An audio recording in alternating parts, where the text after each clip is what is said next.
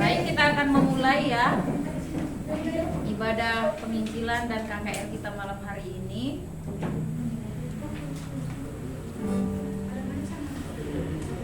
Oke, shalom buat Bapak Ibu, saudara-saudara yang terkasih di dalam Tuhan.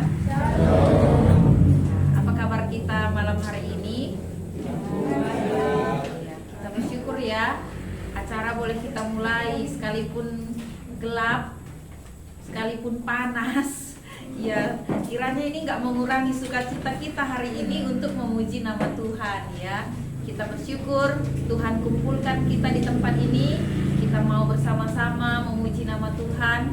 Kita juga nanti secara bersama mau mendengarkan firman Tuhan.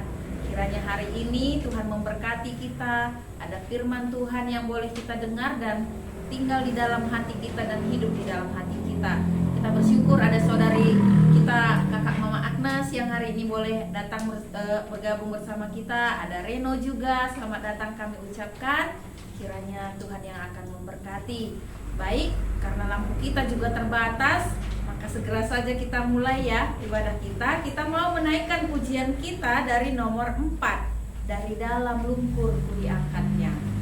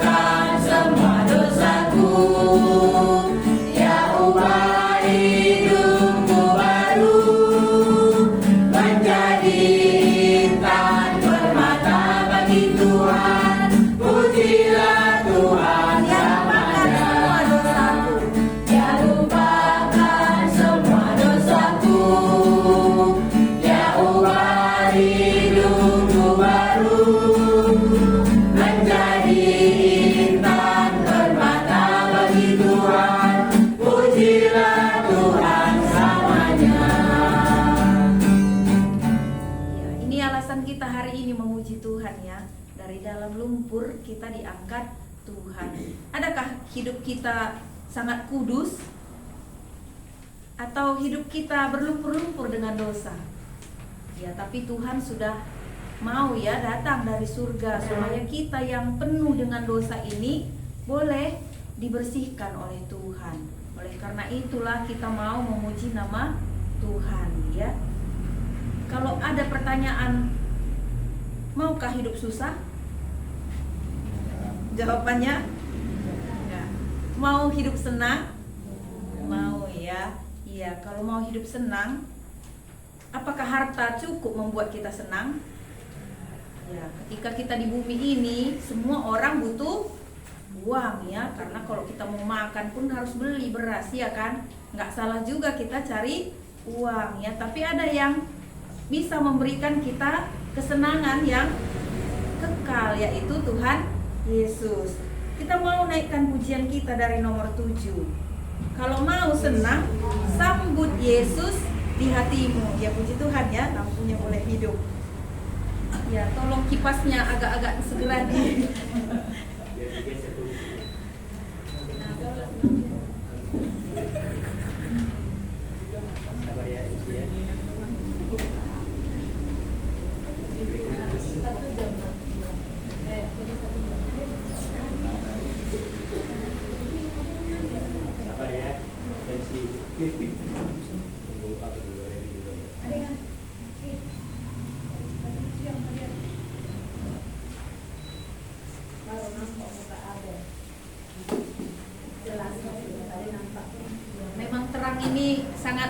butuhkan ya.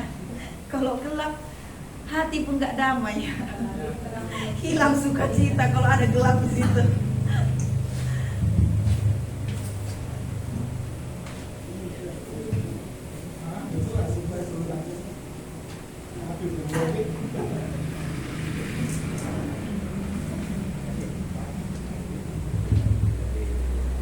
Kalau mau hidup senang, sambut Tuhan Yesus di dalam hati. Karena dosa dihapuskan, diberikan hidup yang kekal. Sukacita ada ketika di bumi. Ya pastilah senang ya. Jadi kalau ada di antara kita yang mau senang, ya datanglah kepada Tuhan. Kadang-kadang teman kita gak bisa membuat kita selalu senang. Pasangan belum tentu selalu bisa membuat kita senang ya, tapi ada Tuhan yang selalu bisa memberikan kita sukacita.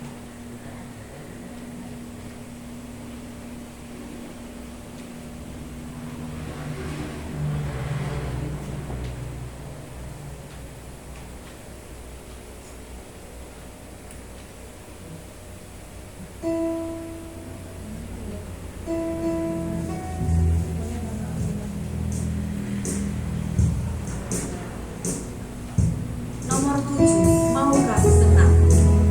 Sambut Yesus di hatimu.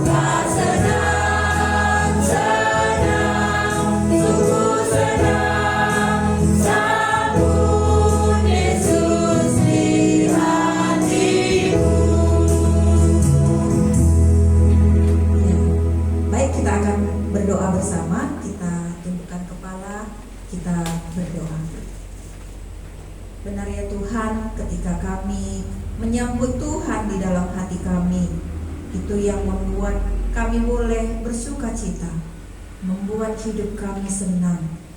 Dosa diampuni oleh Tuhan, beban yang berat itu boleh diangkat ya Tuhan, sehingga kami menjalani hari-hari kami di bumi pun Tuhan berikan kami sukacita.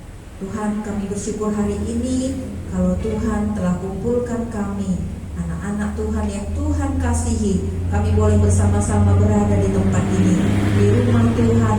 Kami mau bersama-sama menaikkan pujian kami kepada Tuhan. Kami juga hari ini mau mendengar firman-Mu. Tuhan, kiranya berkati hamba-Mu yang akan menyampaikan perkataan Tuhan, supaya Tuhan boleh menyatakan isi hati Tuhan lewat hamba-Mu. Biarlah setiap kami yang mendengar boleh diberkati oleh Tuhan. Biarlah firman yang kami dengar itu boleh tumbuh di dalam hati kami dan berbuah lebat.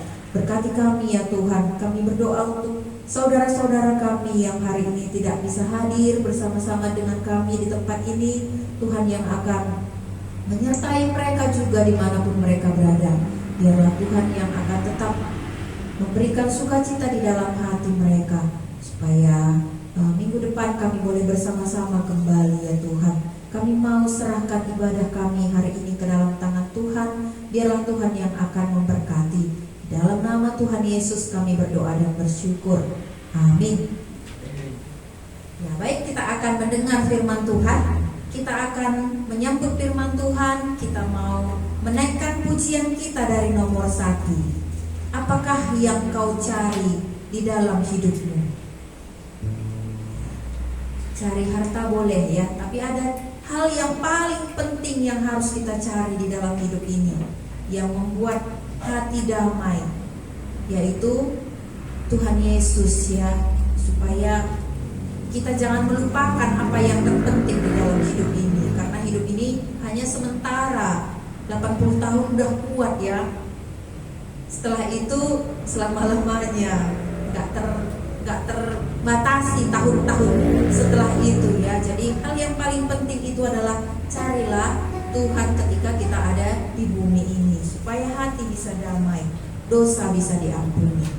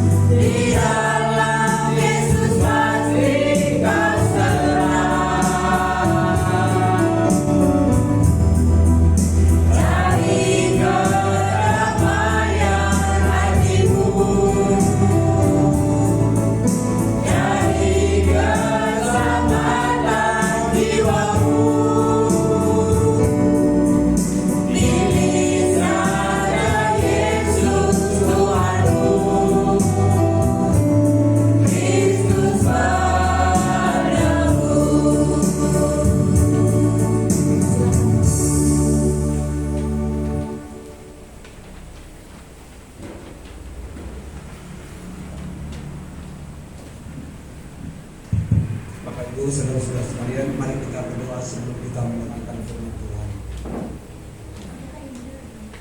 Bapa kami di surga, kami bersyukur di malam hari ini kalau Tuhan boleh hantarkan tiap-tiap kami untuk datang di tempat ini, bersama-sama kami belajar firman Tuhan. Kami boleh memuji Tuhan, menyembah Tuhan, dan bersyukur juga ya Tuhan, di saat ini kami ingin mendengarkan Tuhan berbicara kepada kami. Mari ya Tuhan, layani kami, tiap-tiap kami. Berkati ya Tuhan kami, supaya ketika kami mendengar firman-Mu malam hari ini, Tuhan Engkau berbicara di dalam hati tiap-tiap kami. Supaya Tuhan, ketika kami mendengar firman-Mu, Tuhan, kami boleh mendengar Tuhan berbicara, dan kami juga Tuhan boleh mengikuti apa yang Tuhan katakan. Hamba-Mu ya Tuhan yang terbatas, Tuhan Engkau pakai dia untuk menyatakan isi hati Tuhan, supaya sama-sama kami malam hari ini ya Tuhan boleh diberkati oleh Tuhan.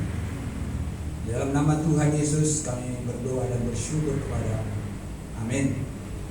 Ya, saudara-saudara sekalian, bersyukur ya kalau malam ini sudah terang ya. Tadi sudah sempat agak galau sedikit karena lampunya mati ya, tapi bersyukur setelah hampir 1 jam lampunya padam, tapi ya Tuhan boleh memberikan ya penerangan bagi kita malam hari ini untuk bersama-sama kita belajar firman Tuhan. Baik Bapak Ibu, saudara-saudara sekalian, mari kita baca firman Tuhan. Kita membuka Alkitab kita dari Kisah Para Rasul. Saya ambil tetap ya, saya mengikuti tetap untuk pelajaran kita di pemuritan dari Kisah Rasul. Tapi nanti untuk bacaannya tidak semua saya ambil, karena nanti untuk minggu depan akan diteruskan oleh yang akan berbagi ya. Baik, mari kita buka Kisah Rasul pasal 18 ayat 1 sampai 5 saja. Kisah Rasul pasal 18 ayat 1 sampai 5. Nanti saya teruskan lagi, kita nanti akan teruskan dari bahan yang lain. Kalau sudah dapat, mari kita baca bersama-sama ayat 1 sampai 5. Pasal 18 Kisah Para Rasul ayat pasal 18 ayat 1 sampai 5. 1, 2, ya. Kemudian Paulus meninggalkan Athena lalu pergi ke Korintus. Di Korintus ia berjumpa dengan seorang Yahudi bernama Aquila yang berasal dari Pontus. Ia baru datang dari Italia dengan Priscilla istrinya, karena Kaisar Claudius telah memerintahkan supaya semua orang Yahudi meninggalkan Roma.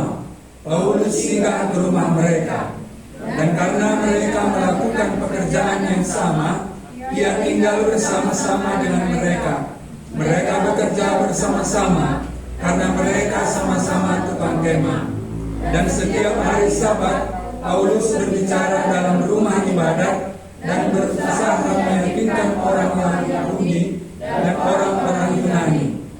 Ketika Silas dan Timotius datang dari Makedonia, Paulus dengan sepenuhnya dapat memberitakan firman, di mana ia memberi kesaksian orang-orang Yahudi bahwa Yesus adalah Mesias.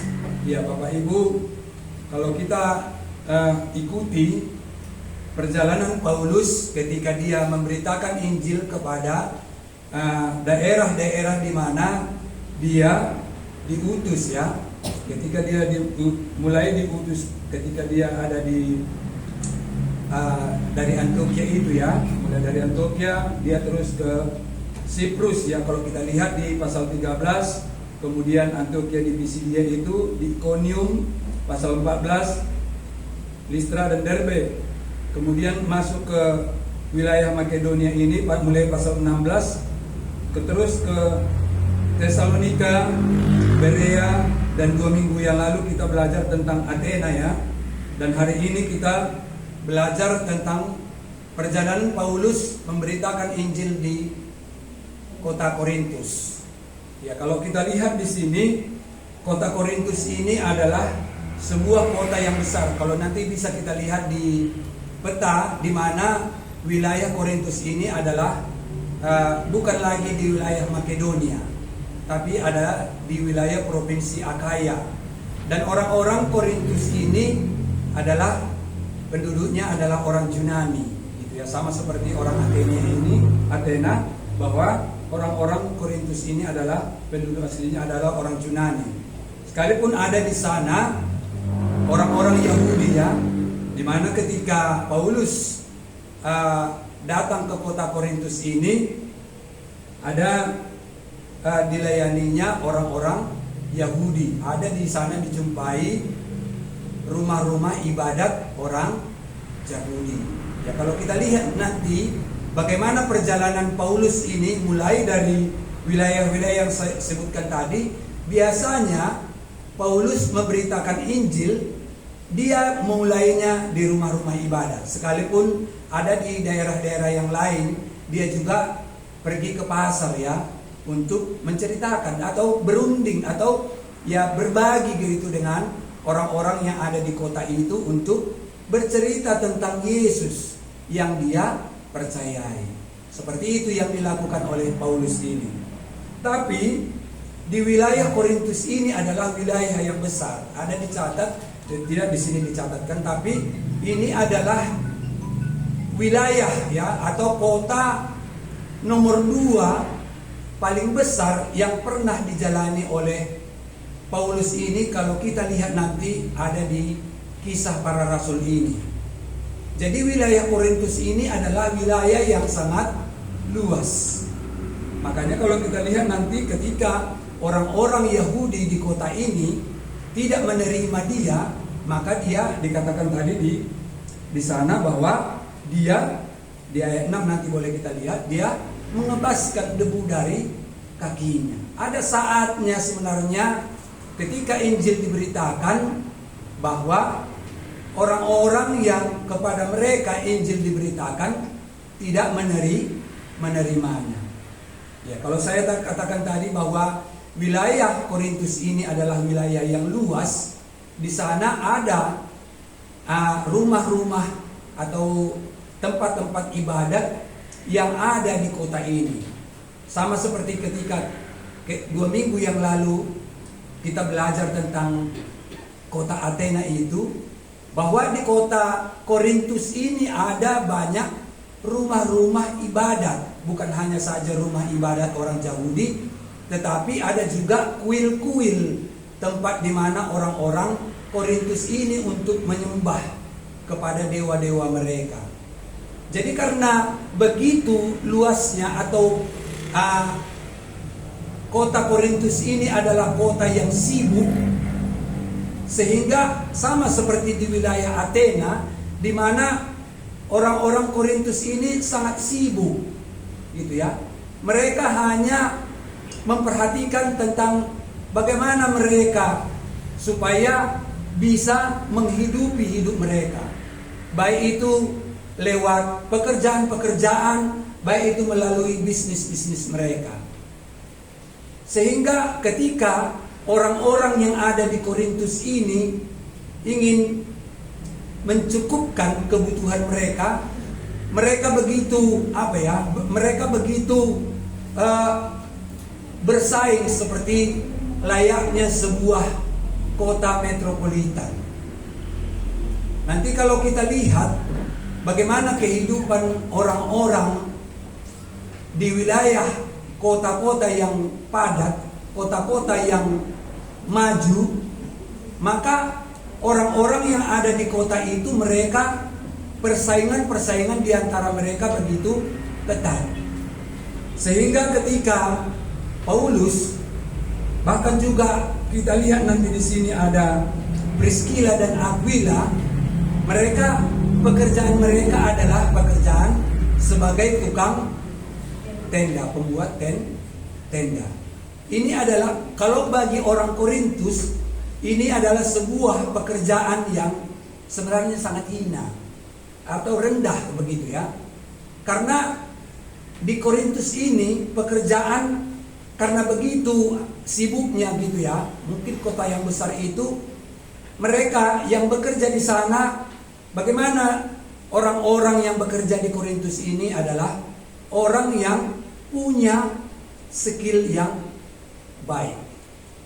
Jadi mau tidak mau, setiap orang yang datang ke Korintus ini, mereka harus memperlengkapi diri dengan skill atau kemampuan yang baik. Tetapi Paulus dan Priscilla dan Aquila di sini, mereka hanya bekerja sebagai tukang tenda. Ya. Kalau kita lihat nanti di ayat 2 itu bagaimana Priscilla dan Aquila dikatakan tadi bahwa mereka datang dari kota Roma. Mereka pada waktu pemerintahan Kaisar Claudius di Roma itu, secara besar-besaran orang Yahudi dikeluarkan dari kota Roma. Kenapa? Rupanya orang-orang Yahudi di kota Roma itu mereka sangat banyak. Ada catatannya bahwa di kota Roma itu atau di Italia itu jumlah orang Yahudi di sana sudah berkisar 50.000 orang. Coba kita bayangkan begitu banyaknya orang Yahudi yang ada di kota Roma pada saat itu. Tetapi apa yang menjadi masalah? Kenapa Kaisar Claudius sehingga mengeluarkan mereka orang-orang Yahudi ini dari kota Italia ini atau Roma ini? Karena rupanya orang Yahudi, baik mereka yang masih agamanya Judaisme maupun orang-orang Yahudi yang sudah menjadi Kristen, pada saat itu mereka bentrok. Di hari ini ada banyak seperti ini ya, sama-sama satu suku bangsa, tetapi oleh karena perbedaan agama atau perbedaan keyakinan di antara mereka, sehingga inilah yang membuat Kaisar Claudius untuk mengeluarkan secara paksa orang-orang Yahudi pada saat itu, termasuk adalah Priscilla dan Aquila. Ya. Saya kembali kepada bagaimana tadi, kenapa Paulus dan juga ada tadi dinamakan Priscilla dan Aquila, sebuah keluarga Kristen yang sudah menjadi percaya, yang datang dari Roma, Italia. Bersama-sama mereka bertemu di kota Korintus ini. Ya. Dan di sana di ayat 3 dikatakan, dan karena mereka melakukan pekerjaan yang sama, ia tinggal bersama-sama dengan mereka. Mereka bekerja bersama-sama karena mereka sama-sama tukang kemah. Dan ayat 4, dan setiap hari Sabat Paulus berbicara di dalam rumah ibadat dan berusaha meyakinkan orang-orang Yahudi dan orang-orang Yunani. Di ayat 5, ketika Silas dan Timotius datang dari Makedonia, Paulus dengan sepenuhnya dapat memberitakan firman, di mana ia memberi kesaksian kepada orang-orang Yahudi bahwa Yesus adalah Mesias. Inilah yang dilakukan oleh Paulus, bekerja bersama-sama dengan keluarga Priscilla dan Aquila. Mereka ada sama-sama di kota Korintus ini. Ya, bukan secara kebetulan saya pikir Priscilla dan Aquila, keluarga ini yang menjadi teman atau rekan kerja bagi Paulus ini ketika ada di Korintus ini.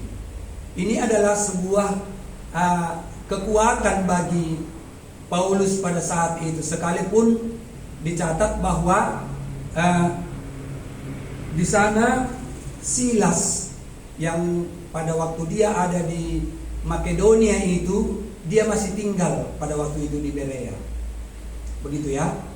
Ya, jadi Paulus ketika ada keluarga Priscilla dan Aquila ini, sekalipun tadi dikatakan bahwa pekerjaan mereka adalah pekerjaan tukang tenda, tetapi ini adalah sebuah pekerjaan yang mereka lakukan bersama-sama untuk menghidupi mereka ya, sebagai seorang keluarga Kristen yang akan juga Tuhan pakai di kota Korintus ini untuk memberitakan Injil kepada orang-orang yang ada di Korintus.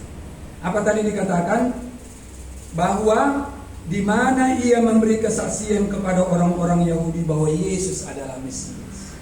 Ya, Paulus dia tiap-tiap hari Sabat ada di rumah ibadat orang Yahudi. Ya, jadi kalau kita lihat tadi, seperti saya yang katakan tadi, bahwa bukan hanya saja rumah ibadat orang-orang Yahudi saja yang ada di Korintus ini, tetapi ada juga kuil-kuil atau dewa-dewa yang mereka sembah orang-orang Korintus itu, orang-orang Yunani. Makanya ketika Paulus ada di Korintus ini, dia juga bersama-sama dengan Priscilla dan Aquila, maka dicatat di sini bahwa Paulus meyakinkan orang-orang yang ada di Korintus ini tentang Injil. Tentang apa? Tentang bahwa Yesus adalah Mesias. Apa arti Mesias itu? Anak muda tahu arti Mesias? Anak-anak remaja kami, apa arti Mesias? Apa arti Mesias? Ada yang tahu, anak remaja, arti Mesias? Apa itu? Iya, yang diurapi. Ya, ini ya. Mesias itu artinya yang diurapi. Kalau di bagian lain Kristus juga dikatakan ya, Mesias dalam kurung Kristus. Ataukah juga ada, kalau pengertian Mesias ini adalah dia yang menyelamatkan. Ya, jadi penyelamat. Jadi tentang Yesus yang disebutkan Mesias ini, dia bagi orang-orang dia sudah memiliki satu kesempurnaan ya. Dia sebagai dia sebutannya seperti raja, juga ada disebutkan seperti nabi, apalagi dia juga disebutkan bahwa Yesus ini adalah pemimpin di tengah-tengah mereka. Ya. Ketika Yesus diberitakan oleh Paulus ini kepada orang-orang Korintus ini, bahwa tiap-tiap hari Sabat mereka diyakinkan tentang Yesus yang adalah Mesias. Bagi orang Yahudi, arti Mesias ini adalah yang akan datang, ya, pemimpin yang akan datang. Makanya bagi orang Yahudi sebenarnya ketika diceritakan tentang Yesus sebagai Mesias itu, kalau kita lihat nanti di ayat 6 itu, mereka itu menentang atau melawan atau tidak menerima apa yang disampaikan oleh Paulus ini. Karena bagi orang Yahudi tentang Yesus yang dikatakan adalah Mesias, yang mereka masih menanti-nantikan itu, mereka tidak mempercayainya. Makanya kalau kita lihat nanti di sana bahwa orang-orang Yahudi di sana dikatakan menghujat, memusuhi Paulus. Tetapi saya kira bukan hanya saja orang-orang Yahudi yang datang ke rumah ibadat orang Yahudi ini, ada juga orang-orang Yunani yang juga mendengar firman Tuhan. Ini ya, dia adalah Mesias. Maka Paulus berusaha ya tiap-tiap hari Sabat untuk meyakinkan orang-orang Yahudi tentang Yesus yang adalah Mesias. Ini yang disampaikan. Dia adalah yang diurapi. Dia adalah raja. Dia adalah nabi. Dia adalah imam. Bagi orang-orang Yahudi, istilah imam ini adalah sebuah istilah yang dipakai bagi mereka ketika mereka mempersembahkan korban di bait Allah, bahwa imam itulah yang akan mempersembahkan itu sebagai korban penebus dosa mereka. Maka ketika Yesus diberitakan oleh Paulus di sini sebagai Mesias, maka yang disampaikan Paulus ini bahwa Yesus itu dialah yang menjadi penebus, dialah yang menjadi korban penebus dosa umat Israel. Tetapi apa yang diterima oleh Paulus ketika dia memberitakan Injil kepada orang orang Yahudi yang ada di Korintus ini, justru mereka memusuhi Paulus ketika Injil diberitakan. Ketika tentang Yesus yang dikatakan bahwa dia adalah penebus dosa, mereka tidak terima. Saya tidak tahu ketika kita hari ini disampaikan tentang Yesus, adakah yang sudah yakin gitu ya? Yakinkah kita tentang Yesus yang disebut oleh Paulus ini bahwa dia adalah penebus dosa? Yakinkah kita? Coba tunjuk tangan yang yakin bahwa Yesus itu adalah penebus. Ya, semua ya. Ya, terima kasih.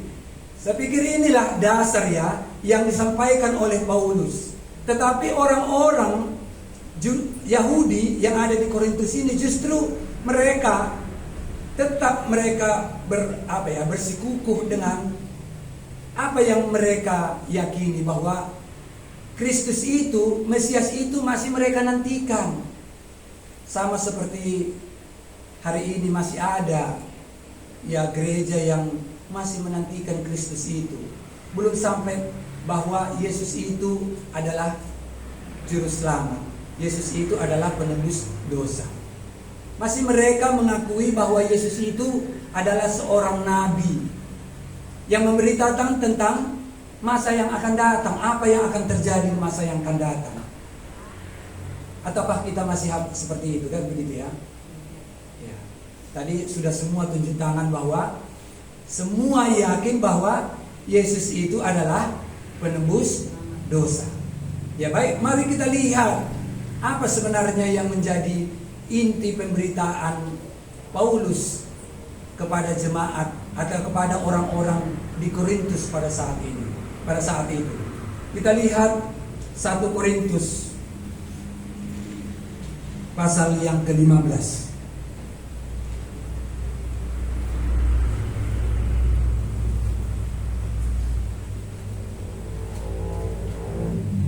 1 Korintus pasal yang ke-15.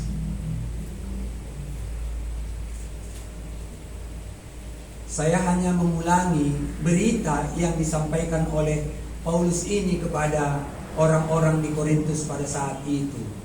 Ya, hari ini juga berita yang sama atau Injil yang sama yang saya sampaikan kepada tiap-tiap kita, supaya inilah yang menjadi dasar bagi kita untuk sesungguhnya mengerti tentang siapakah Yesus yang kita percayai. Mari kita lihat 1 Korintus pasal yang ke-15 ayat 1 sampai yang ke-5.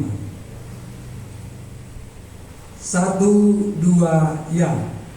Dan sekarang saudara-saudara, aku mau mengingatkan kamu kepada Injil yang aku beritakan kepadamu dan yang kamu terima dan yang di dalamnya kamu teguh berdiri.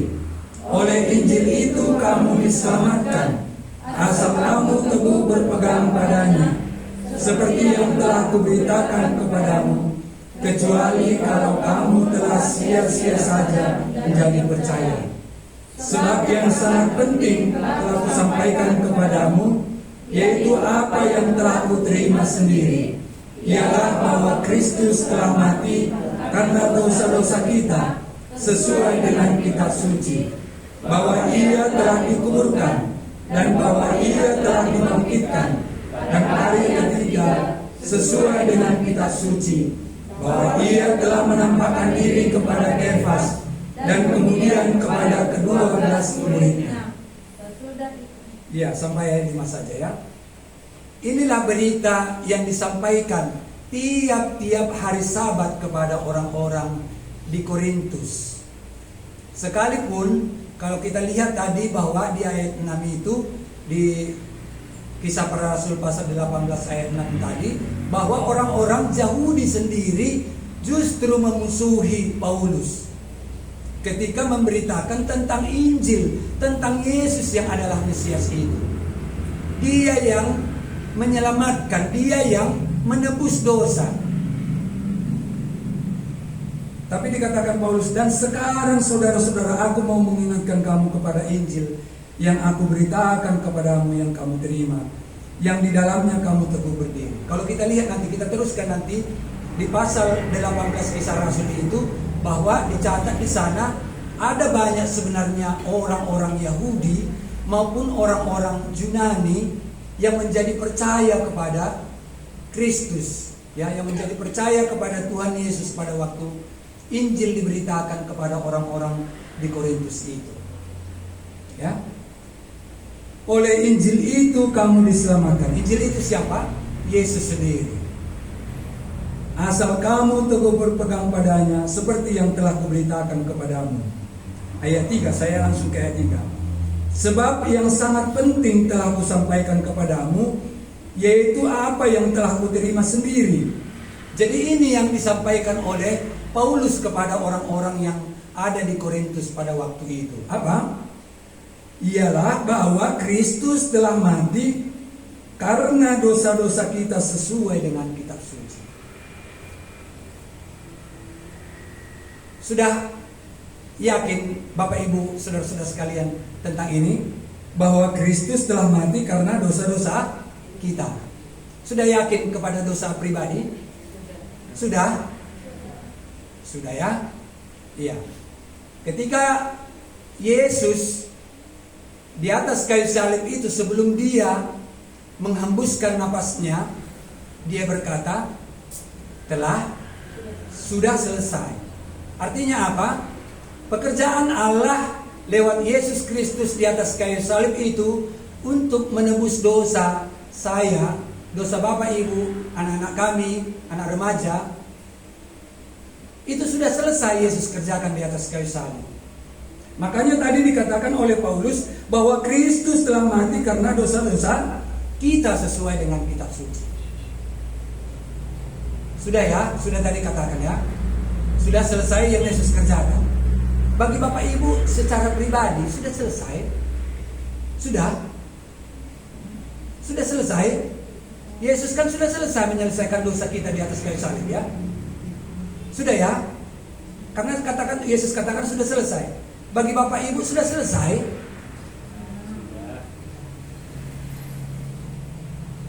Sudahkah selesai perkara aku secara pribadi dengan Allah? Karena ini yang paling besar, makanya ini yang paling penting dikatakan oleh Paulus. Sebab yang sangat penting telah kusampaikan kepadamu, ialah bahwa Kristus telah mati karena dosa-dosa kita. Karena perkara dosa itu adalah perkara yang besar. Karena tidak akan pernah kita bertemu dengan Allah. Karena tidak akan pernah kita bersama-sama dengan Allah nanti di sorga itu, kalau kita perkara Bapak Ibu dengan Tuhan Yesus itu belum selesai. Ya begitu ya. Karena perkara dosa itu adalah perkara yang besar. Makanya dikatakan oleh Paulus yang sangat penting, bukan perkara harta dunia. Ya. Mungkin ketika orang Batak, saya bilang ya, Batak Toba, karena katanya hamoraun, hagabeun, hasangapun, itu yang dicari biasanya. Kalau Batak Toba itu bangga menyanyikan hamoraun, hagabeun, hasangapun, idolu dinuluina deba, dina deba, asal matar berita guarna teh, asal namanya saja sudah terberita, sudah itu cukup baginya. Tapi apa dikatakan oleh Paulus? Yang sangat penting ialah bahwa Yesus Kristus sudah mati karena dosa-dosa kita. Ini yang paling penting. Sudah selesai enggak? Begitu ya. Kalau sudah selesai, maka tidak ada lagi keberatan, ya. Tidak ada lagi beban di sini. Kalau Bapak Ibu saudara-saudara sekalian, kalau sudah selesai semua perkara dosa, tidak ada lagi utang. Kalau ada utang, pasti apa ya, kalau misalnya datang penagih hutang, wah, kalau saya lihat gitu di YouTube itu, kalau datang penagih hutang atau pura-pura dia ditutupnya pintu, bu, tak diam aja gitu ya. Itulah oleh karena ada hutangnya. Maka demikian juga ketika kita perkara dosa kita tidak selesai dengan Allah, maka ini tidak akan tetap tenang. Tidak ada damai sejahtera di dalam hati ketika beban dosa itu belum selesai. Makanya malam hari ini, kalau perkara dosa ini belum selesai, selesaikanlah. Katakan, tadi dikatakan bahwa Kristus telah mati karena dosa-dosa kita. Tuhan, Engkau mati untuk dosa aku secara pribadi. Apa dosa Bapak Ibu Saudara-saudara sekalian? Katakan kepada Tuhan, aku mau selesai Tuhan, supaya tidak seperti dikatakan oleh Daud ya, selama aku berdiam diri, tulang-tulangku seperti ditekan-tekan rasanya, seperti kena terik matahari. Pernah Bapak Ibu kena terik matahari ya? Pernah ya merasakan terik matahari? Tadi siang begitu panas, hari ini begitu panas. Kalau berjemur saya pikir 15 menit dipanas bisa pingsan. Demikian juga yang dirasakan oleh Daud ketika dia tidak mengakui dosanya kepada Tuhan. Tetapi ketika dia mengakui dosanya di hadapan Tuhan, dia bisa berkata, aku berbahagia.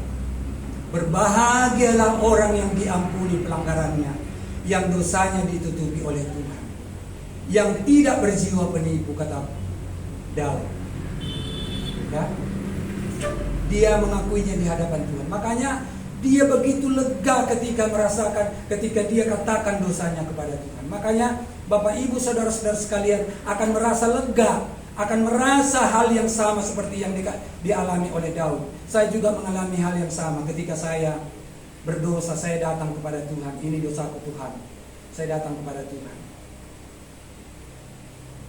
Ya, itu tadi yang pertama. Ialah bahwa Kristus telah mati karena dosa-dosa kita sesuai dengan kitab suci. Yang kedua, bahwa ia telah dikuburkan dan bahwa ia telah dibangkitkan pada hari yang ketiga. Ya, sesuai dengan apa ya? Pengakuan iman rasuli ya. Bapak Ibu mungkin ada yang tiap-tiap minggu ini diucapkan di gereja. Ya. Kalau kami di sini sebulan sekali, begitu ya. Ada pengakuan iman rasul di situ sebulan sekali. Ada dikatakan aku percaya kepada Yesus Kristus ya, anaknya yang dikandung daripada Roh Kudus, lahir dari anak darah Maria, yang menderita sengsara di bawah pemerintahan Pontius Pilatus, disalibkan, mati dan dikuburkan. Dan pada hari yang ketiga mati dan dikuburkan, turun ke alam maut. Pada hari yang ketiga bangkit pula dari antara orang mati. Ini juga yang disampaikan oleh Paulus kepada orang-orang di Korintus pada waktu itu. Makanya kita juga harus punya keyakinan yang sama bahwa kalau pada waktu Yesus bangkit pada hari yang ketiga itu, apa kata Petrus? Petrus juga tidak percaya dia ketika Maria Magdalena, kami sudah melihat. Apalagi yang namanya Thomas, sebelum aku mencucukkan tanganku ke bekas tangannya yang kena paku itu, sekali-kali aku tidak percaya, kata Thomas. Tapi Paulus mengatakan bahwa dia telah dikuburkan dan bahwa ia telah dibangkitkan pada hari yang ketiga, sesuai dengan kitab suci. Bahwa ia telah menampakkan diri kepada Kefas, kemudian kepada ke-12 murid. Ya, sampai nanti di ayat 7 dan di ayat 8, dan paling akhir dari semuanya ia menampakkan diri juga kepada aku, kata Paulus. Itulah yang disampaikan oleh Paulus kepada jemaat pada orang-orang di Korintus pada saat itu. Maka ketika dia juga menuliskan surat Korintus ini, 1 Korintus ini, dia juga mengingatkan mereka kembali bahwa apa yang sudah disampaikan, apa yang paling penting. Maka saya sampaikan hari ini, malam ini kepada kita bahwa ini adalah berita yang sangat penting bagi kita ini, bahwa Kristus telah mati untuk dosa-dosa kita. Dosa aku secara pribadi, jangan dosa dunia ya, dosa aku secara pribadi. Kalau belum selesai, selesaikan. Nah, begitu ya. Saya pikir ini yang akan saya sampaikan malam hari ini bagi kita lewat firman Tuhan. Tapi sebelum saya mengakhiri sesi firman Tuhan ini, saya akan mengajak istri saya untuk memuji Tuhan. Kami akan bernyanyi lagu bahasa Batak Toba ya. Ya, boleh ya. Maaf teman-teman kami yang suku Karo ya. Ya. Ini isinya, oh kamu ya semua bangsaku ya yang kukasihi. Gini katanya, kamu bangsaku nahina belum marnida marbine gimamu. Ya artinya lihatlah ya situasi suasana yang hari ini yang terjadi. Ya ada banyak ya, kalau kita lihat hari ini ada banyak yang terjadi ya. Itu bukan satu peristiwa yang secara kebetulan, tetapi peristiwa-peristiwa yang hari ini yang kita lihat, bahkan yang akan kita lihat nanti, itu adalah gambaran bagaimana ini adalah zaman akhir, di mana bahwa tadi Paulus berkata bahwa Yesus juga nanti kalau kita baca nanti kitab Yohanes pasal 6 14 ayat 6, itu bahwa dikatakan Yesus akan datang kedua kalinya, supaya ketika saya percaya kepada Tuhan Yesus, Bapak Ibu percaya kepada Tuhan Yesus, selesai perkara dosa, maka iya, namaku, namamu tercatat di buku kehidupan. Itu arti lagu ini yang akan kami nyanyikan. Ya, ayo.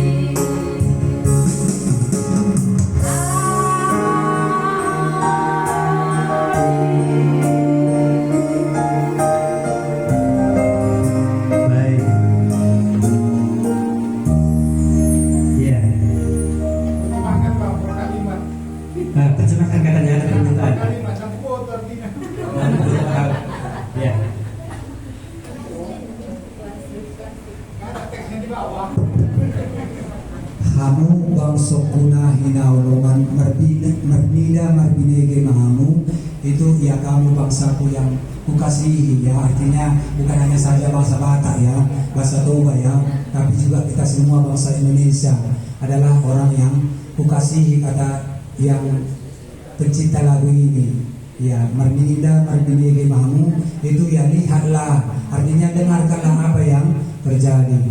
Mernina marbinege mahamu disude nama son itu ya, artinya apa yang terjadi pada masa ini ya, yang terjadi maupun yang akan datang, yang kita lihat nanti ya. Disude nama son so terhabilang ide ya, artinya nggak terhitung lagi, artinya hal-hal yang terjadi saat ini ya, yang kejadian-kejadian yang ada gitu ya, yang membuat juga kita mungkin was-was atau resah gitu ya dengan kejadian-kejadian itu adalah menggenapkan janji Tuhan ya, menggenapi janji Tuhan. Kemudian yang kedua tadi apa? Yang kedua unang lalap marsinulu, artinya janganlah lalap, jangan apa, jangan asik cuma cari kehidupan ini yang sementara ini yang kita tinggalkan ini gitu ya, jalan gulut-gulut di hamuran, artinya ya sibuk untuk mencari harta begitu ya. Iya, mabai terjorat rohani jenong Tuhan, artinya membuat hati terhalang untuk dekat dengan Tuhan. Ya. Iya, karena apa ya, semakin dekat akhir daripada bumi ini ya. Iya. Ay swadong boto dikina, tak ada yang tahu kapan waktunya. Swadong boto dikina, di kapan Yesus datang. Marorona ini. Guru di ibadah, guru di lomona. Ya artinya ya suka-suka Tuhan lah, kapan mau Tuhan datang, mungkin ya. Ya itulah terjemahan apanya. Ya kapan Tuhan mau, ya gitu ya. Iya, marisuang lo akan artanau tapapungu di pertigaan. Semua arti yang kita cari di dunia ini sebenarnya ya nggak ada sia-sia lah itu begitu ya. Nggak ada artinya karena akan kita tinggalkan. Nanti tetapnya kayak kita masuknya ke tanah juga ya begitu ya. Tubuh ini akan kembali ke tanah seperti itu. Iya, kayak manapun kayanya, kayak manapun mulianya, hidupnya, iya, jabatannya, ya nggak ada artinya semuanya, sia-sia ya. Iya, iya taparade maruhata, iya, iya artinya taparade maruhata, tapajono madirita, artinya siapkanlah hati ya, ya tapajono madirita, artinya dekatkanlah diri kita kepada Tuhan. Saya tabuji artinya ya kita memuji Tuhan ya sampai Dia datang ya. Iya, supaya bisa tertulis namaku di dalam kitab kehidupan. Ya begitu ya. Oke, itu aja saya kira terjemahannya yang bisa saya sampaikan. Terima kasih. Baik, terima kasih. Ya, bagus ya. Kita bersyukur dalam ibadah ini, penginjilan dan KKR. Kita sudah mendengar firman Tuhan, juga satu pujian yang baik sekali dari Pak Sitorus ya. Jemaat di Korintus sudah diyakinkan, sudah yakin mereka karena Paulus datang ke sana mengabarkan Injil. Kalau kita di sini tadi ditanyakan, sudahkah kita yakin bahwa Yesus itu Kristus, Mesias, Juru Selamat? Ya. Ini yang kita mau capai dalam ibadah ini. Mengapa kita perlu mendengar Injil supaya nanti kita diyakinkan? Coba kita lihat ayat 4 dan 5 tadi. Kisah Para Rasul pasal 18. Dan setiap hari Sabat Paulus berbicara dalam rumah ibadat. Nah itu maka kita perlu ke gereja ya kan, supaya kita bisa mendengar kabar baik di sana. Paulus waktu itu pergi ke rumah ibadat. pada hari Sabat dan berusaha meyakinkan orang-orang Yahudi dan orang-orang Yunani. Pada dasarnya manusia itu sulit untuk diyakinkan karena dosa. Nah, tapi Paulus berusaha. Bagaimana usahanya? Ayat yang kelima, ya, kita perhatikan. Ketika Silas dan Timotius datang dari Makedonia, Paulus dengan sepenuhnya dapat memberitakan firman. Ini yang pertama. Cara Paulus untuk meyakinkan jemaat di Korintus, baik orang Yahudi maupun orang Yunani itu melalui apa? Memberitakan firman. Makanya saya berharap di semua gereja itu firman itu menjadi nomor satu. Itu. Mengapa kita buat penginjilan? Supaya kita memprioritaskan firman. Karena apa? Firman itulah yang akan meyakinkan kita. Dan Roh Kudus itu bekerja melalui firman. Kalau nggak ada firman, kita nggak akan pernah bisa diyakinkan. Kalau pengalaman-pengalaman, keyakinan seperti itu gampang ragu. Kalau firman nggak akan pernah ragu, karena firman Tuhan itu tetap selama-lamanya, baik dulu, sekarang, sampai selama-lamanya. Firman Tuhan tidak akan pernah berubah. Tapi kalau pengalaman-pengalaman selalu berubah. Semalam, beberapa minggu yang lalu dingin, beberapa hari panas, cuaca berubah-berubah. Ya, kemarin nggak pernah padam lampu, di sini padamnya lama pula itu. Ya, berubah. Tapi kalau firman Tuhan nggak berubah, makanya firman itulah penginjilan. Ya. Jadi Paulus meyakinkan jemaat di Korintus, ya, entah dari kelompok Yahudi pun mereka atau dari Yunani, mereka diyakinkan oleh firman Tuhan. Makanya saya ingin bertanya, kita boleh berdiskusi. Kita sudah diyakinkan oleh firman Tuhan yang mana? Maka kita yakin dosa kita sudah dihapuskan tadi. Apa ada Tuhan bicara? Itu firman Tuhan. Firman Tuhan yang mana yang berbicara kepada kita? Tadi Pak Sitorus tanya berkali-kali, sudahkah kita yakin dosa kita sudah diampuni dalam diri kita, katanya. Di hadapan Allah sudah selesai. Tapi di hadapan kita, di dalam hati kita sudah selesai. Ada firman Tuhan yang mana? Itulah. Kalau tadi kepada jemaat di Korintus boleh katakan berulang-ulang, yang sangat penting telah kusampaikan kepadamu, ini dulu yang kusampaikan. Bahwa Kristus telah mati karena dosa-dosa kita. Memperjuangkan supaya dosa itu bisa selesai, itu Kristus harus mati. Maka kalau hari ini gampang kali kita rasa dosa kita diampuni, itu mencurigakan itu. Kristus harus mati supaya bisa dosa itu selesai. Melalui mujizat nggak bisa dosa selesai. Supaya kita tahu nanti. Melalui pesta Natal nggak bisa dosa selesai. Itu baru kabarnya saja. Tapi begitu Yesus mati di kayu salib itu, ini selesai. Ini baru selesai dosa itu. Makanya Allah berani berjanji, marilah kepadaku semua yang letih lesu, aku berikan kelegaan. Itu bisa selesai dosa itu yang bikin kita letih lesu. Dalam kitab Yesaya dijanjikan itu, baiklah, marilah kita berperkara firman Tuhan. Sekalipun dosa memerah seperti kerimis menjadi putih seperti salju, ini janji Tuhan, bisa diselesaikan. Mari si bumi cakaplah eda dalam bahasa Karo, selesai. Ini firman Tuhan. Pertanyaan saya adalah firman Tuhan yang mana yang meyakinkan kita hari ini bahwa dosa kita sudah diampuni. Jangan kita ngomong udah diampuni, tapi nggak ada firman Tuhan yang menjamin kita, yang meyakinkan kita. Takut nanti saya keluar dari sini dan lupa itu, biasa berbuat dosa lagi. Mengapa orang terus berbuat dosa? Kenapa dia terus berbuat dosa? Karena lupa dia bahwa dosanya sudah diampuni. Lupa dia kalau dosa itu sudah dibersihkan, sudah dikalahkan.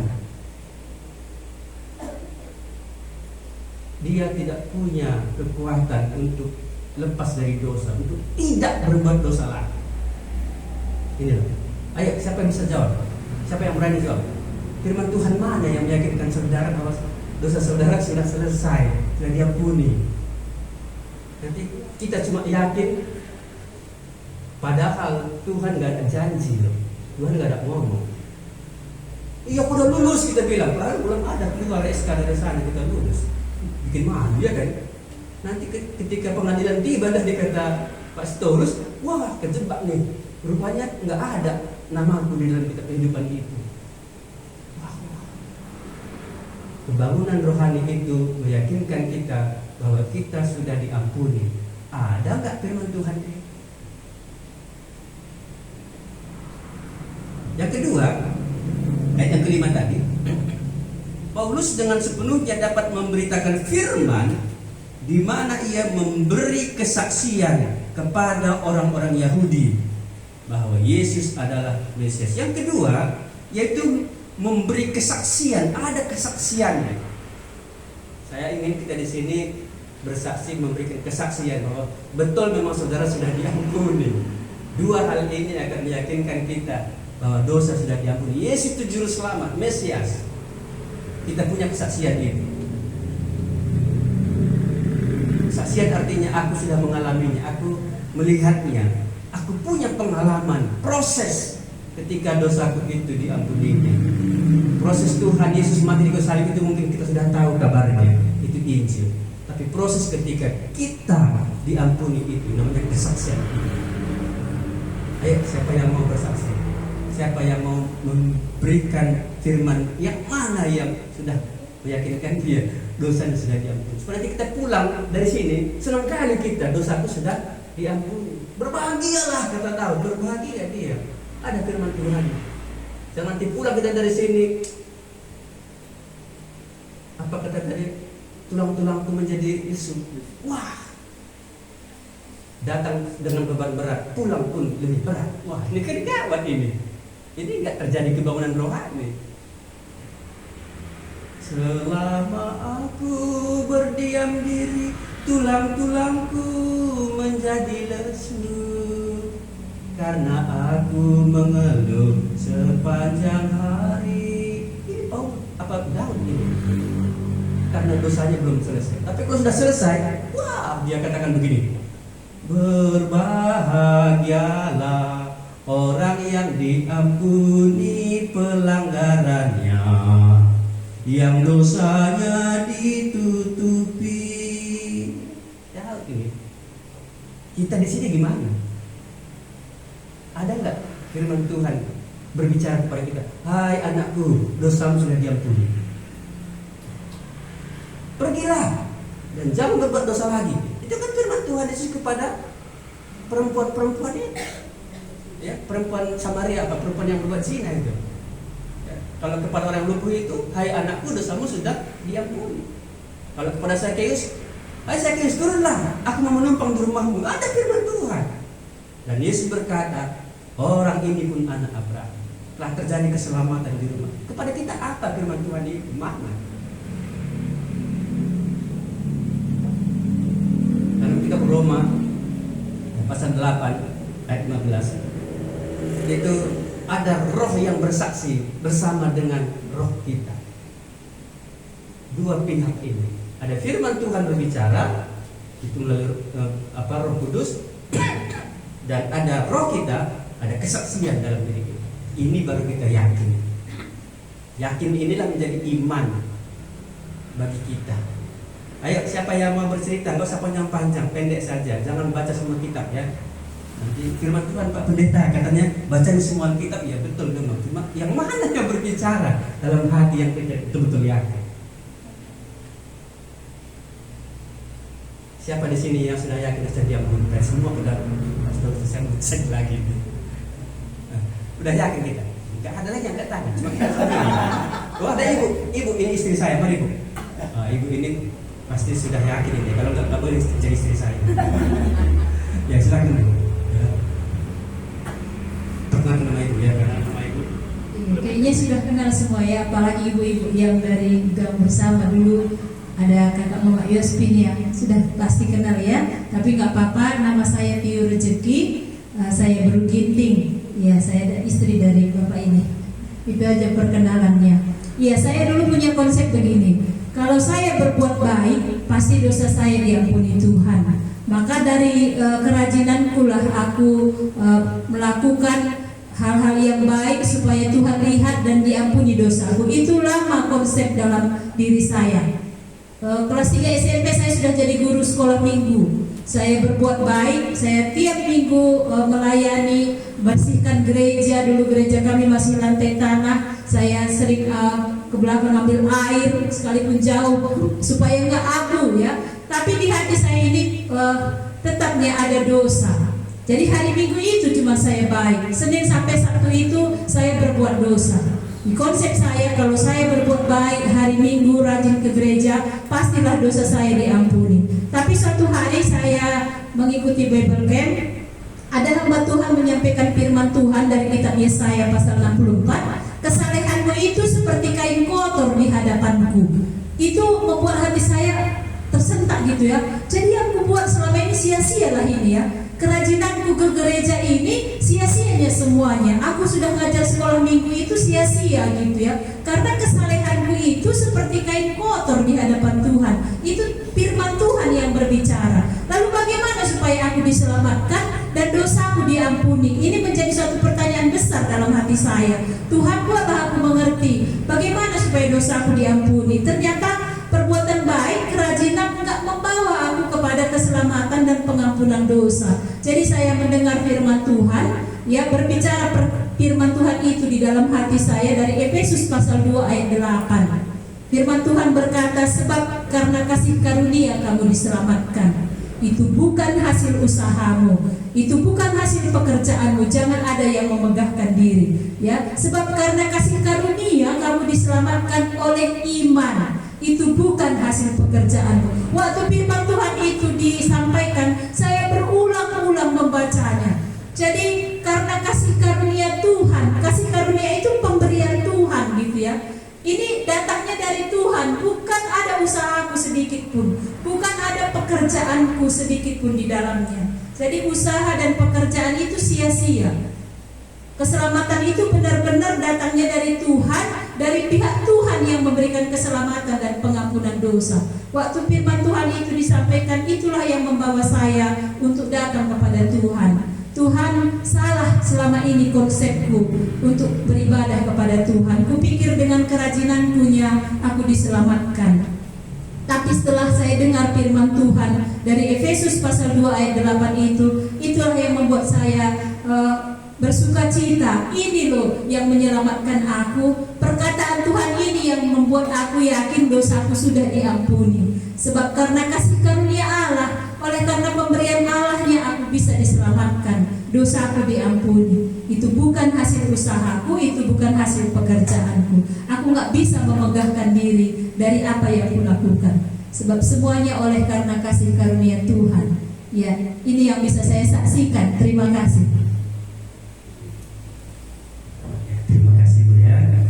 Sebab karena kasih karunia kamu diselamatkan oleh iman. Itu dalam Efesus 2 ayat 8. Ada firman Tuhan yang berbicara kepada ibu-ibu ya. Sehingga dia yakin bahwa bukan dengan perbuatan baik ya dosaku diampuni, tapi karena kasih karunia Tuhan. Nah, ini satu contoh ya. Jadi kita yakin bukan karena ya selera kita, pengetahuan kita, pengalaman kita saja, bukan, tapi ada Tuhan berbicara. Ya, ada Tuhan berbicara. Saya penuh dengan keraguan dalam 3 hal waktu itu saya masih ingat. Apakah benar Yesus satu-satunya jalan ke surga? Saya sangat curiga waktu itu karena banyak agama. Yang kedua, apakah benar memang dosa saya ini bisa diampuni? Itu lama saya bergumul, 3 tahun lebih saya bergumul. Dan yang ketiga, apakah keselamatan itu hanya dalam Yesus? Di luar Yesus apakah tidak ada? Akhirnya saya menemukan firman Tuhan, sebuah jawaban yang bagi saya sebuah solusi besar dalam kehidupan saya. Saya begitu yakin. 1 Korintus 6 ayat 20 berkata demikian. Sebab kamu telah dibeli dan harganya telah lunas dibayar. Karena itu muliakanlah Allah dengan tubuhmu. Sebab kamu telah dibeli. Ketika saya membaca firman ini, saya sepertinya Tuhan berbicara kepada saya secara pribadi. Kamu sudah saya beli. Saya ingat kapan Tuhan beli saya. Saya ingat firman Tuhan. Yesus sudah mati di kayu salib.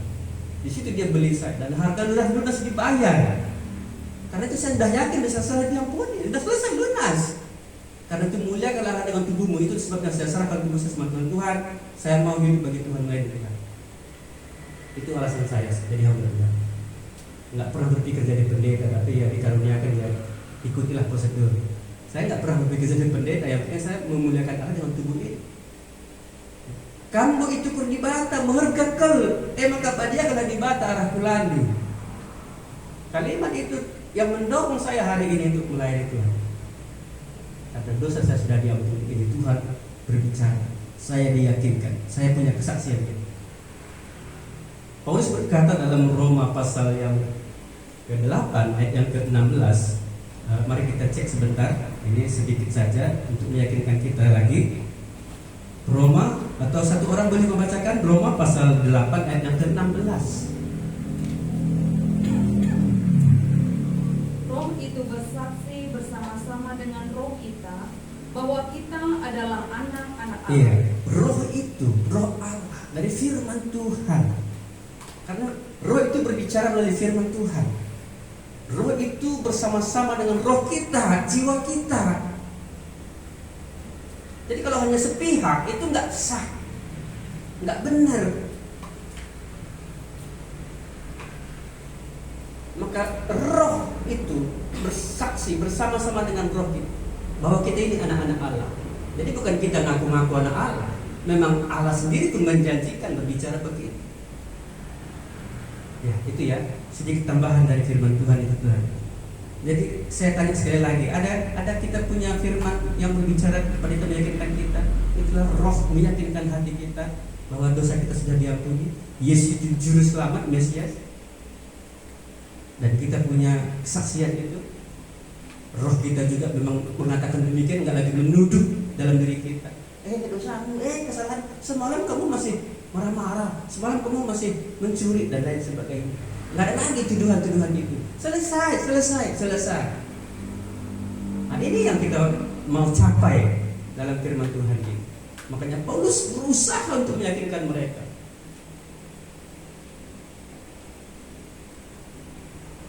Kita sudah yakin betul.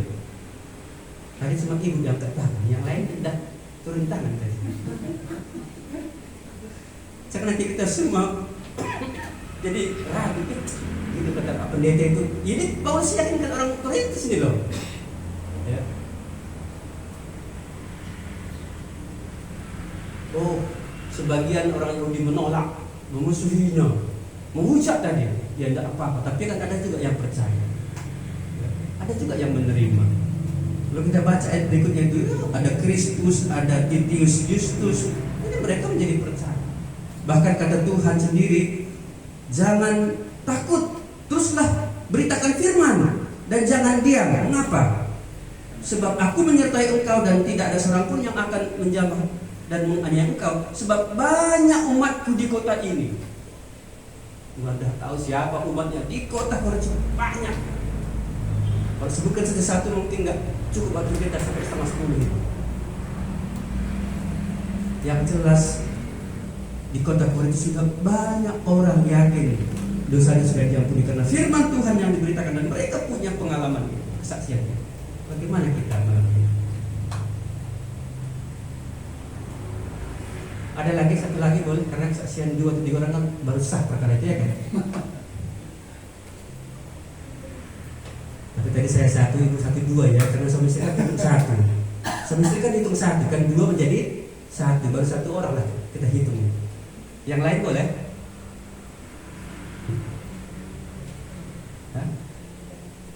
Pendek-pendek aja, nggak usah baca semua kitab.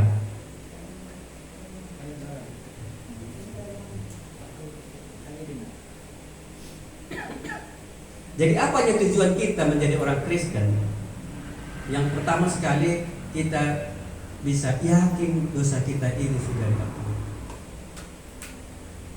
Kalau belum kita yakin, kekristenan kita nanti akan jadi sia-sia. Kenapa saya katakan sia-sia? Karena kita juga nanti dihukum, gitu loh.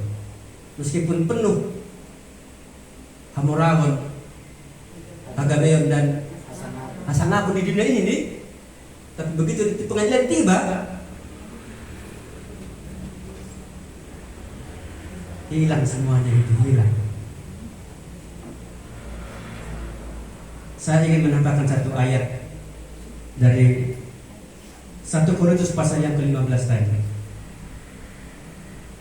Namanya kebangunan rohani ini harus disampaikan. 1 Korintus 15 ayat yang ke-19. Mari kita baca bersama-sama satu ayat ini.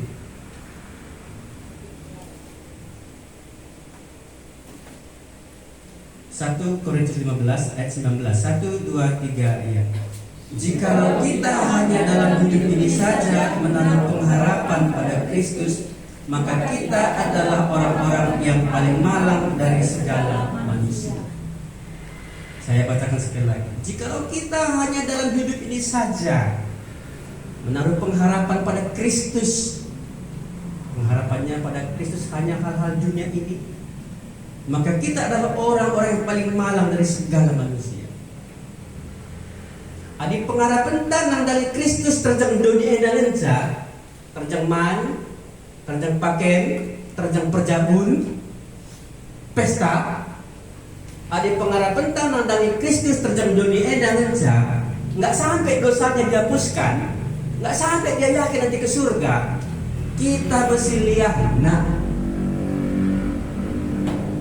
kitalah yang paling malang dari segala manusia.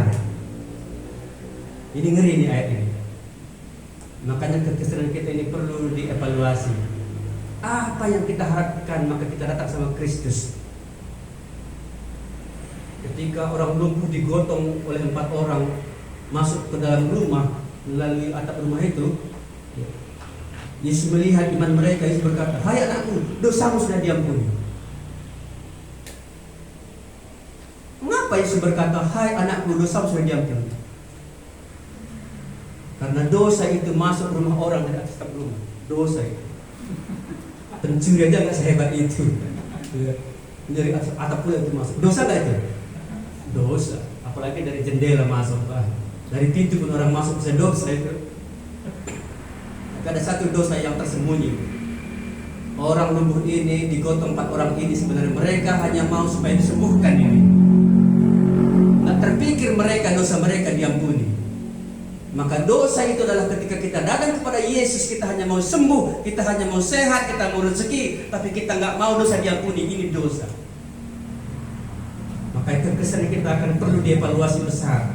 Apa tujuan kita menjadi orang Kristen? Kalau nggak sampai dosanya diampuni, ini orang berdosa nggak pernah selesai. Tuduhan itu terus sampai akhir hidupnya. Bahkan nanti di pintu surga itu, dosa belum selesai, pinggir, nggak bisa masuk ke surga itu. Makanya kalau kita jadi orang Kristen nggak sampai iman kita bahwa dosa sudah diampuni, Yesus juru selamat, belum yakin kita, ini perlu dievaluasi. Ya. Bolehkah kita berharap supaya anak banyak di dunia ini pendeta? Boleh.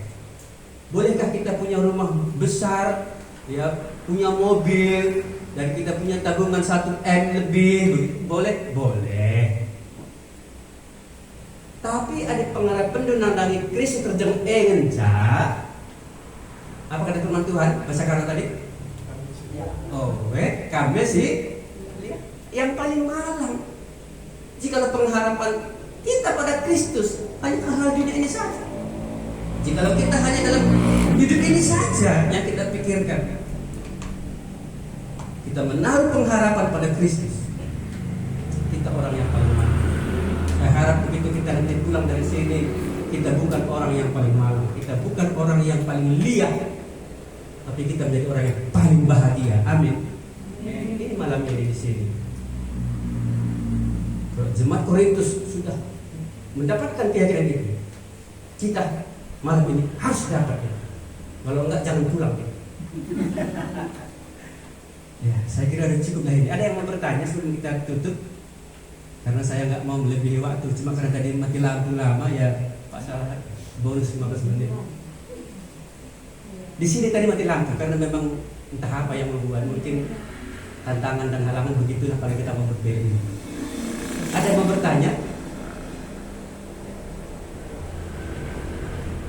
Atau yang mau didoakan?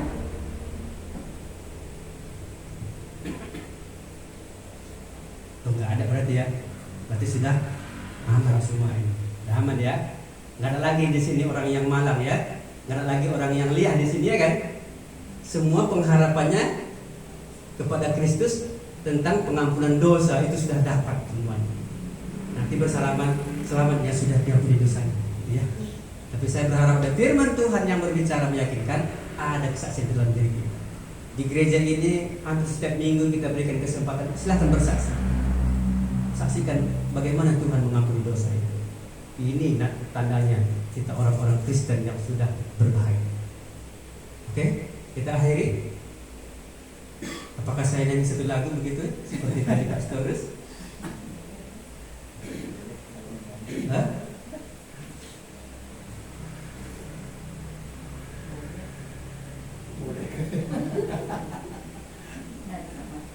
Tapi lagu saya ini nggak ada di YouTube ini.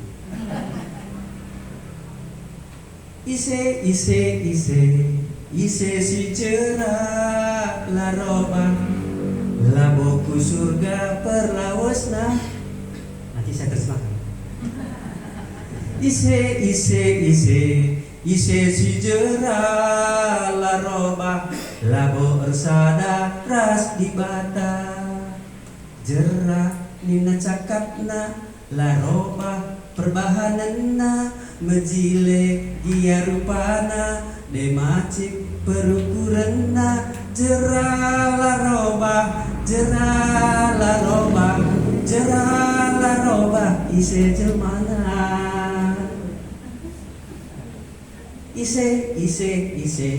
ise si jerah ras roba ku surga perlawasna ise si jerah ras roba ersada ras dibata jerah ibas cakapna terida perbahanana mejile tuhu rupana bageme perukuranna jerah ras roba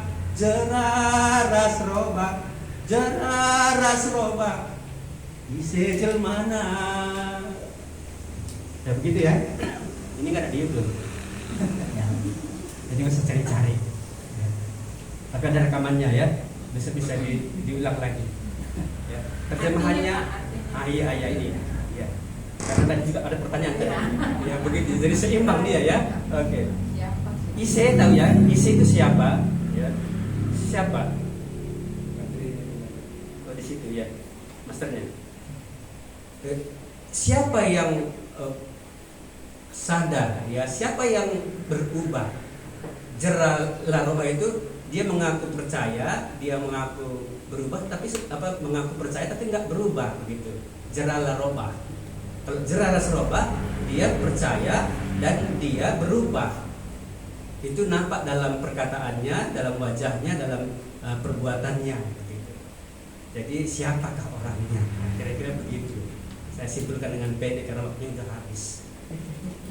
Jadi siapakah sebenarnya yang bertobat? Siapa yang nggak bertobat? Itu nampak sebenarnya. Ya, kalau dia nggak bertobat, cantik pun wajahnya, kalau hatinya busuk ya, itu kelihatan. Gitu. Atau kalau dia sudah bertobat, itu nampak wajahnya pun cantik ya, hatinya pun baik. Gitu.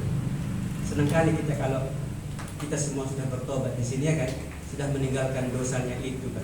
Karena dosa sudah diampuni, maka kita nggak akan berbuat dosa lagi. Ya kira-kira begitu. Cukup ya. Kalau nggak ada pertanyaan kita akhiri.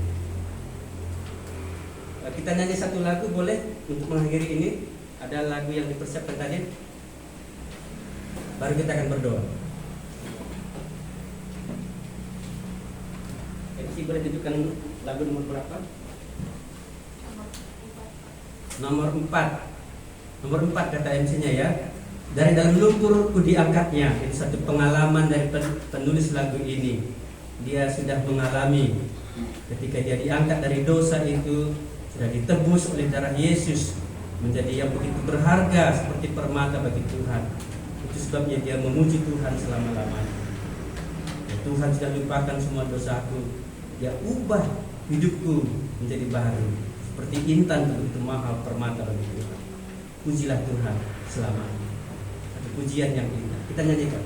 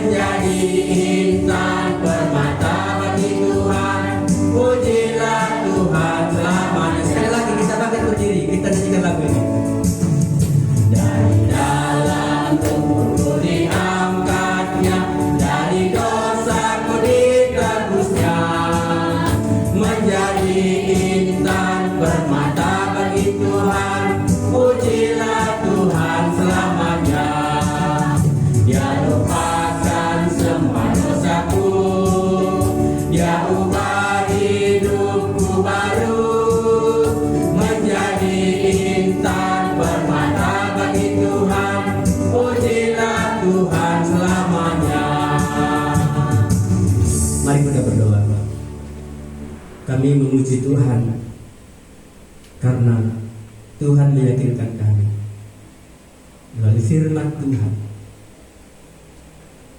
bahwa Yesus itu juru selamat yang sudah menghapuskan dosa kami, dan kami diyakinkan bahwa dosa kami ini sudah diampuni. Tentu karena perbuatan Tuhan di kayu salib itu, pengorbanan yang besar itu yang membuat kami hari ini sadar dan berubah. Kami dilahirkan kembali dalam keluarga Allah, dalam iman yang benar. Kami memiliki pengalaman kesaksian ini ketika Tuhan berbicara kepada kami secara pribadi. Terima kasih Tuhan. Kami bersyukur untuk ibadah malam ini. Tuhan meyakinkan kami tentang keselamatan ini, tentang pengampunan dosa ini, dan kami akan hidup bagi Tuhan. Pengharapan kami kepada Tuhan bukan saja hal-hal dunia ini, tapi hal yang kekal ini. Kami menjadi orang yang berbahagia karena dosa kami diampuni. Namun jika ada di antara kami malam hari ini yang belum yakin dosanya diampuni, yang masih terus-menerus dia berbuat dosa, Tuhan, kami memohon kepadamu, anugerah-Mu turunlah atas orang itu, supaya dia bisa dilahirkan kembali, dan dia bisa melihat kerajaan Allah, dia bisa masuk dalam kerajaan Allah itu, dan dia bisa melihat dosanya sudah diampuni.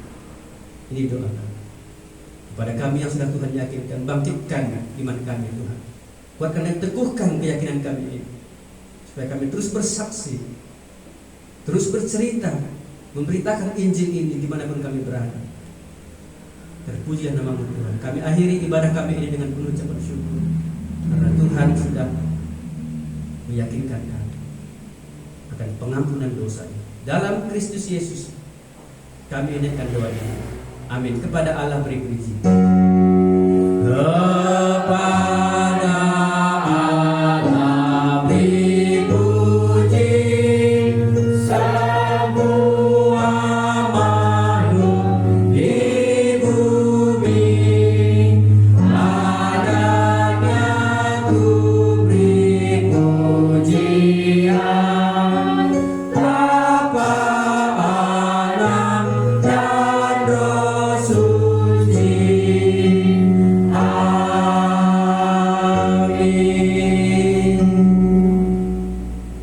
Sampai di sini pada kita malam ini. Tuhan Yesus memberkati. Shalom. Kita nikmati sebelum kita pulang.